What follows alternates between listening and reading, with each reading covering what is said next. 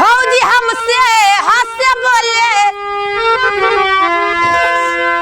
भौजी हमसे हंसे बोले बतियावे के पड़ी, दिल देवरो संगे तोहरा लगावे के पड़ी।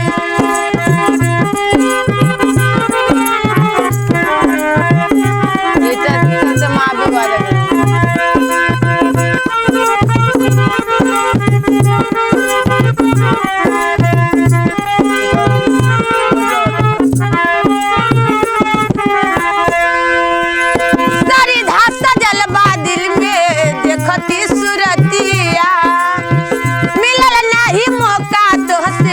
करी कौन बतिया, हमारे खाती एगो लईकी ले आवे के पड़ी, दिल देवर संगे तोहरा लगावे के पड़ी।